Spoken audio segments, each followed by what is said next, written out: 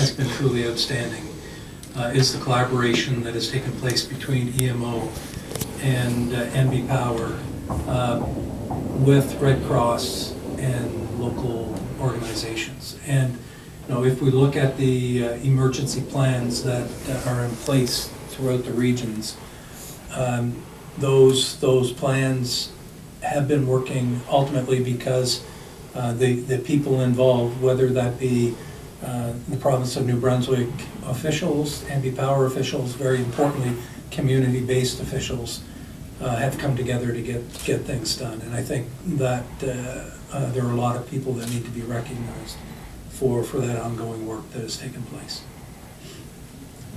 If there's any questions, s'il y a des questions. We can just probably, I'm not sure who all has questions, but you want to start with Jacques, I guess. Can you just clarify what the numbers you gave of 700 to 800, but there was some new outages today. Right. Like the numbers on the website are higher than the numbers you gave. Right, those would... So you're just counting storm-related outages. Right, the outage of the efforts that we're referring to here today are specific to the ice storm itself. There was a transmission line outage that affected the Premier and that area this morning. There's another one in the Lake George area that's related to that. It comes under Fredericton because it's the Fredericton region. But in particular, when we use that 700 to 800 number, I want everyone to remember that those are directly from our operational centers on the ground. Some of that stuff isn't in the web outage piece yet. And also, we're looking at the outages. We take every outage very seriously, but in terms of this effort in today's event, I guess here, we're specifically aimed at the people who've been out related to the ice storm. So, yeah. And secondly, on the broader question, there was a story last week about Ontario Hydro forecasting more ice storms in the future because of warmer temperatures and more power outages in the future and the need to upgrade and all that. Right. Does NBPOWER have any numbers, forecasts, projections of whether this kind of weather is going to be more frequent and this kind of event is going to be more frequent? Well, we know for a fact that climate change is affecting the utility, and we see it on both sides of our business. We see it on the generation side. Over the past 10 years, we have seen 7 years of 3 terawatts of power generated through the hydro system, and we only saw that in 3 of the previous 22 years before that. So we see it on the generation side, and what our forest engineers and forest technologists, our arborists, are seeing on the vegetation management side, the tree trimming side, is a tremendous amount of more growth. So I've talked in the press earlier over the past few days about the increase in our tree trimming budgets. That is as a direct result of our knowledge of the increasing impact of climate change and more rain on vegetation, particularly in southern New Brunswick. So it is something we're planning for. Certainly part of our smart grid effort, the whole strategic plan around smart grid is going to be able to provide a tremendous amount of advantage to us for future outages like this too. And lastly, I know you've addressed this before, but I mean, yesterday we had more people talking to us, our reporters, anecdotally about cases where they tried to get trees trimmed and didn't happen. So what's I know it's anecdotal, but what would be the explanation for that? Well, I know I addressed that with the reporters yesterday in terms of individuals who had claimed that we didn't respond to their tree trimming. Again, the numbers in terms of budget and on the ground, we have increased that budget over the last 7 years. It's increased relatively, every year except one over that period. And both components of that budget are out there doing preventative maintenance and responding to customer requests.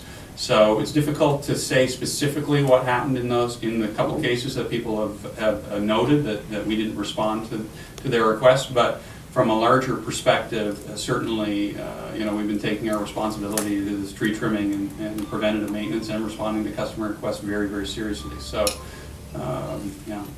I might add, just to stir the pot a little bit with that, it goes the other way as well. I think one of the things that has been recognized already, is that in some communities, there's a fair amount of angst around trimming. And I think that's something that we do need to look at seriously, because we know what the impact is. And you only have to look at what is taking place in some of the communities in southern New Brunswick to know that there are issues that we have to look at and address seriously. And that takes support from landowners, it takes support from communities and from the utility as well. Il y a 2000 pannes qui sont affichées sur votre site web présentement, du Nouveau-Brunswick. Donc, ce que vous dites, c'est que d'ici ce soir, il y a quoi? Pratiquement tout le monde va retrouver le courant, excepté quelques personnes, c'est ce que vous dites? Les nombreuses des personnes qui sont sans électricité maintenant sont environ 700 au cause de la tempête de 24.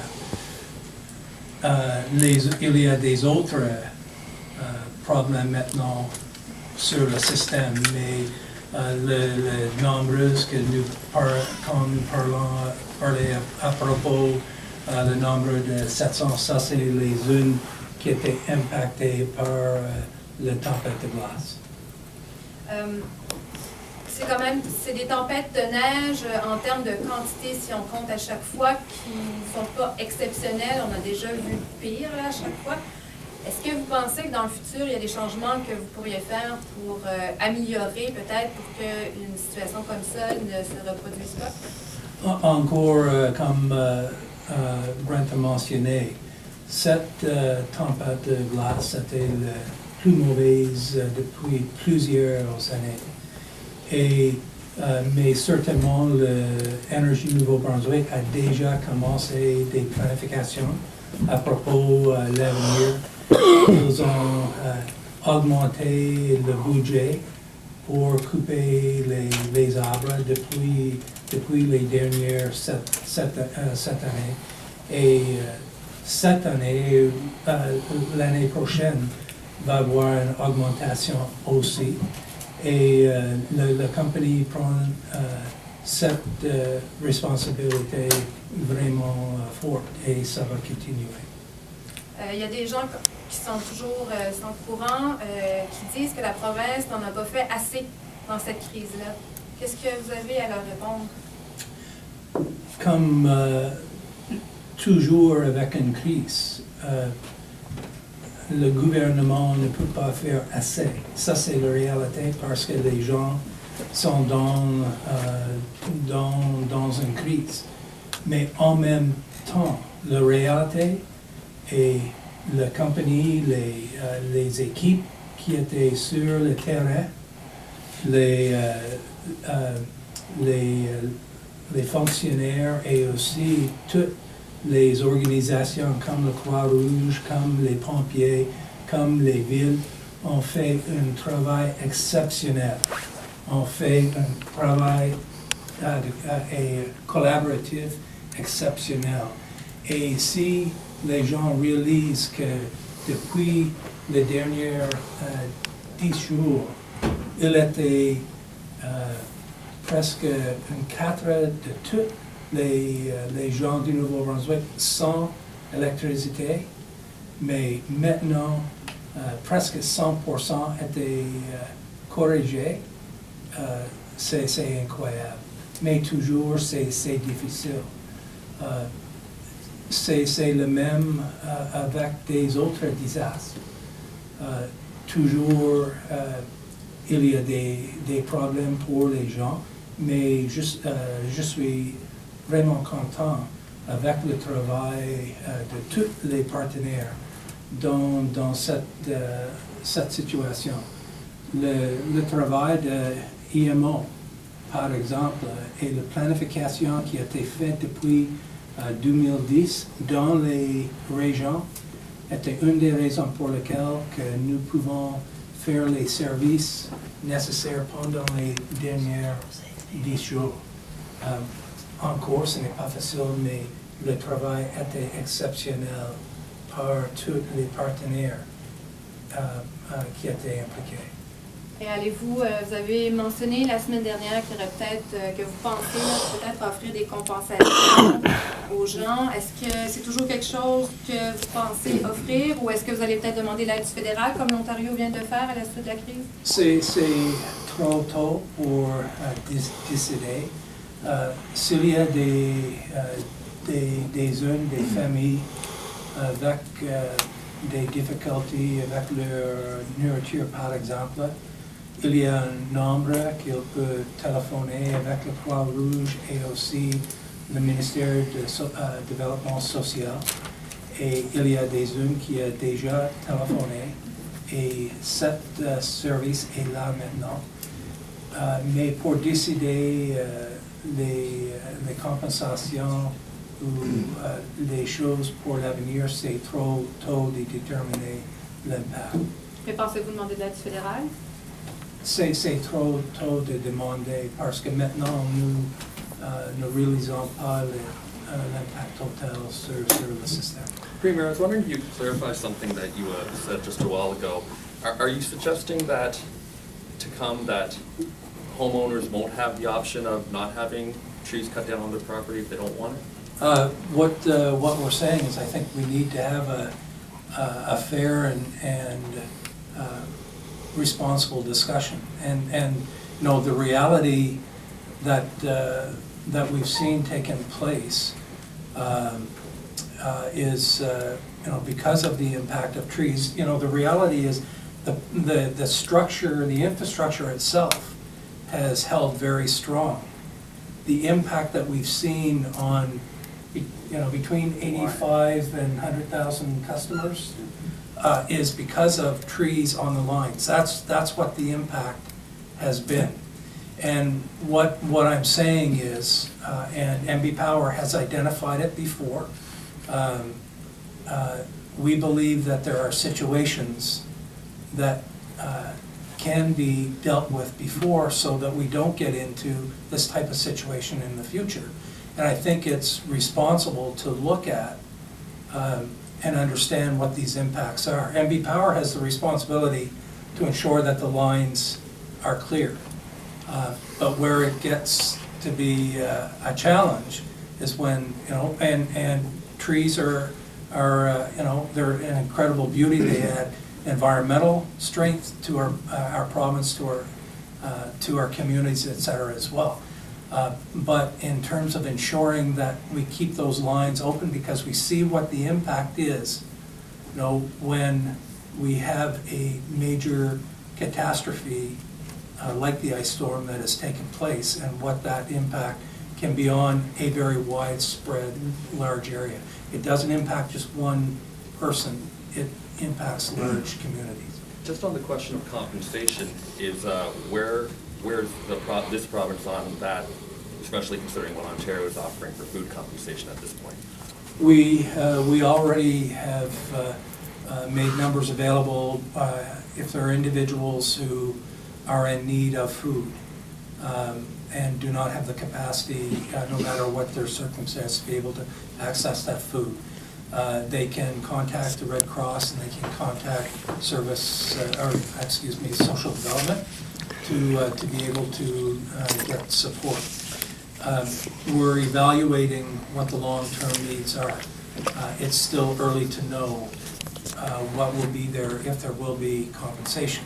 Again, as Greg has mentioned earlier as well, people, the first thing they need to be checking is with whether or not they have insurance coverage, as an example.